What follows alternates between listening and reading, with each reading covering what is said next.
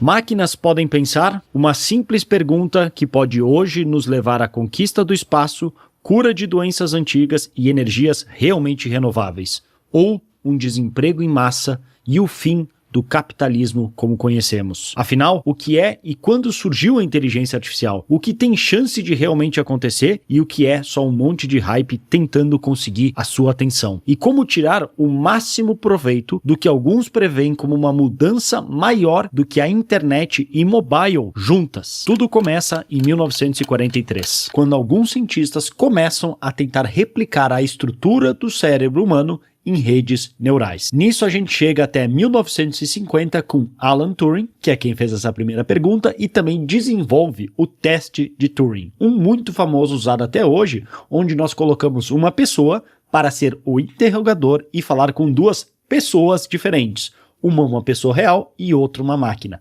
Se essa pessoa que está conversando não souber diferenciar uma da outra, então a máquina passou no teste. Já depois, em 56, na conferência de Dartmouth, eles definem o que é inteligência artificial, com aqui alguns dos fundadores que criaram esse campo na humanidade. E com isso eles definem: inteligência artificial é a capacidade de uma máquina de realizar tarefas que requerem inteligência humana, como aprender, raciocinar e resolver problemas. Nisso, em 58, surge o Perceptron, de Frank Rosenblatt, que é o primeiro modelo de rede neural artificial, ainda de uma maneira bem diferente das atuais, mas já dando algumas pistas do que estava por vir. Até chegar a 59, onde Arthur Samuel desenvolveu o aprendizado de máquina, ensinando um computador a jogar damas, inclusive ganhando do campeão estadual naquela época. Em 65, a gente tem o primeiro chatbot chamado Elisa, que era um psicoterapeuta que adorava fazer boas perguntas, para chegar até finalmente 1980, onde o aprendizado profundo, uma das técnicas que a gente usa mais hoje para grandes redes neurais, começa a ser desenvolvida. Então isso surgiu redes neurais artificiais e também algoritmos de aprendizado um pouco mais avançados do que a gente tinha antes,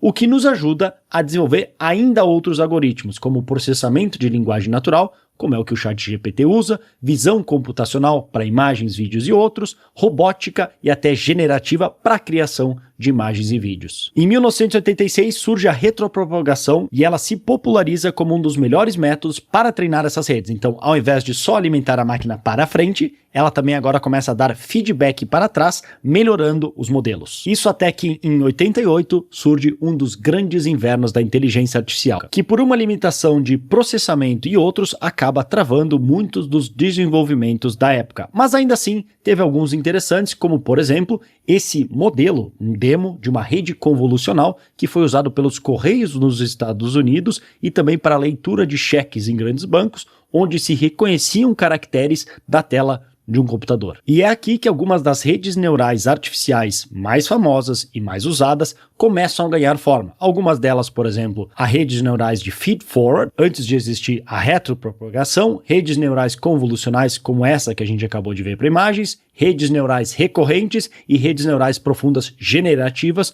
como a gente usa para o Midjourney e outros, para imagens e vídeos. Todas elas são basicamente maneiras diferentes de buscar reconstruir o nosso cérebro e como ele aprende ao consumir dados. Já em 95 começa a se falar de agentes inteligentes com uma das grandes aplicações em 2002 que a gente já vai ver, porque em 97 o Deep Blue da IBM derrota Kasparov. Mas aqui tem uma história interessante, porque apesar de ele ter conseguido esse feito, isso era um sistema simples e direto, não tinha nenhuma rede neural ou aprendizado profundo como a gente faz hoje. Na verdade, eram técnicas clássicas baseadas em algoritmos de busca avançadas e funções de avaliações heurísticas. O que isso quer dizer? Que não era uma inteligência que realmente aprendeu a jogar. Eles só souberam como procurar as respostas de uma maneira mais rápida e otimizada, ao contrário do que a gente já vai ver. Nos anos 2000 surge uma explosão do aprendizado de máquina e poder computacional, o que abre as portas para muitas outras coisas, entre elas tipos de aprendizados diferentes, como supervisionado, não supervisionado e por reforço. De novo, são outras maneiras de como treinar estas redes neurais para conseguir o resultado desejado. Algumas delas funcionando melhor para alguns modelos e outras para outros. Já em 2002 surge o Roomba, um dos primeiros robôs de limpeza por inteligência artificial, que é um dos agentes que a gente tem hoje aí em diversas casas. Em 2012, um dos grandes marcos da inteligência artificial quando AlexNet vence a competição ImageNet. O que era isso? Eram 12 milhões de imagens em 22 mil categorias diferentes, onde uma rede neural, uma inteligência artificial, precisava achar de um pequeno parâmetro qual era a imagem referente. Isso era um mecanismo de padrão e busca muito difícil na época e que essa aqui, com uma rede neural convolucional, ganhando com uma margem de erro quase 10% menor que todas as outras. Já em 2016, mais um grande avanço e um grande marco agora no jogo de Go. Esse é um jogo onde se há mais possíveis jogos do que átomos no universo observável. E por que isso é importante? Porque ao contrário, por exemplo, de damas ou xadrez, que talvez se consegue com algoritmos de busca avançadas só, entre aspas, decorar as jogadas, no jogo de Go são tantas variações que não tem como colocar todas. Então a máquina precisa realmente aprender a jogar. E é justo por isso que esse aqui era considerado um dos grandes desafios para a inteligência artificial, porque ela precisaria aprender a jogar num jogo bem complexo. E foi isso que ela fez, porque em 2016 ela derrota o campeão, um dos campeões, Lee Sedol, em 4-1 num documentário excelente da empresa AlphaMind da Google, que eu recomendo que tu assista aqui no YouTube. Essa história tem inclusive um final triste e um final feliz, mas que a gente já vai ver, porque antes a gente precisa falar que em 2017 surge da pesquisa científica Attention is All You Need a tecnologia de Transformers, que mudou bastante como as coisas são feitas, e foi nessa pesquisa onde, por curiosidade, foi inclusive o Google que fez, mas foi a Microsoft, através da OpenAI, que conseguiu usar esses Transformers para criar o que hoje a gente conhece como ChatGPT,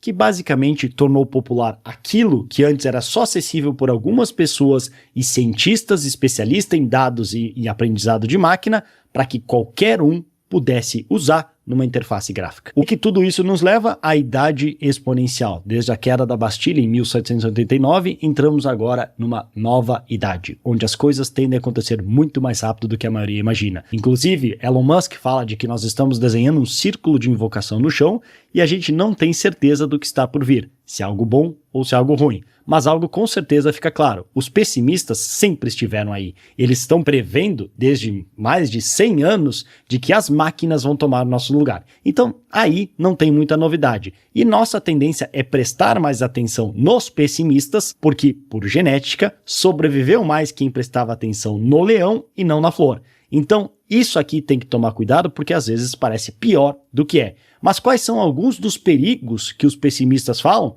Um deles, de um possível exterminador do futuro, que na boa é o menos preocupante de todos. Segundo, um problema de alinhamento, é um problema com mais chances de acontecer. Basicamente é quando a gente diz para a máquina fazer tal coisa e sem querer ela não faz o que a gente esperava. Assim como, por exemplo, se eu for da minha casa para outro local no meu carro, eu não sei quantos insetos eu atropelei no caminho, mas eu causei dano à natureza mesmo sem me dar conta. Terceiro, uma bomba atômica caseira, porque se isso se desenvolver de uma maneira com tanto potencial, não é como algumas armas químicas que é mais difícil produzir. Qualquer um pode ter na sua casa, o que não é uma ideia muito boa, dependendo como você quiser olhar. E por último, uma questão de desemprego em massa. Óbvio que esses aqui não são só os únicos problemas que podem ter, mas alguns dos mais famosos que a gente mais fala. Inclusive, falando de desemprego, o que eu acredito que é o futuro do trabalho com IA. Eu acredito que em 5 anos, isso não é uma aposta só minha, mas também diversas outras cabeças pensantes, 90% dos trabalhos cognitivos vão ser substituídos por alguma IA, só sobrando cerca de 10%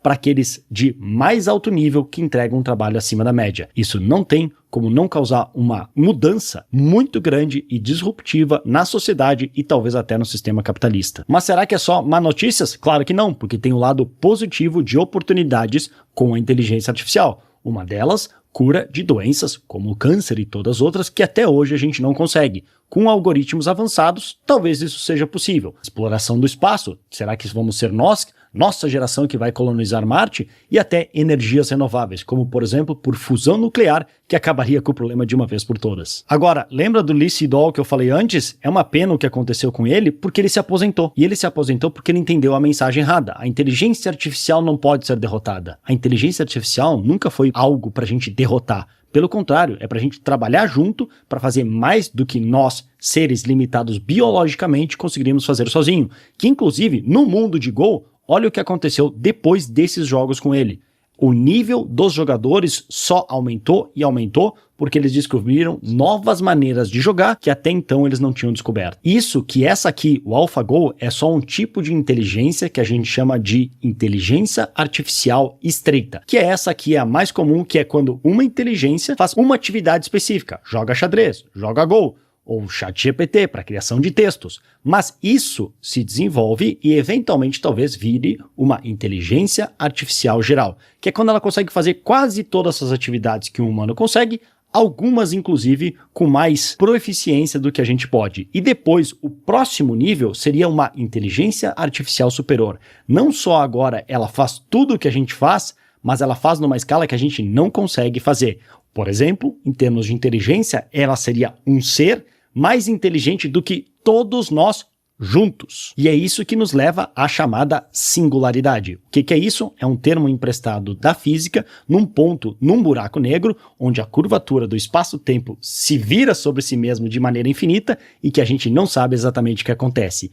Com a IA seria parecido com isso. Um ponto que, dali em diante, a gente não sabe o que pode acontecer. Mas mesmo com tudo isso, não significa que a gente não pode começar a usar já hoje mesmo a IA nos nossos negócios. E eu quero te mostrar como eu faço nos meus, no que eu considero um dos melhores tipos de negócio online para se usar ChatGPT, inteligência artificial, para acelerar e escalar os resultados. Dá uma olhada no vídeo aqui que eu já te mostro com calma.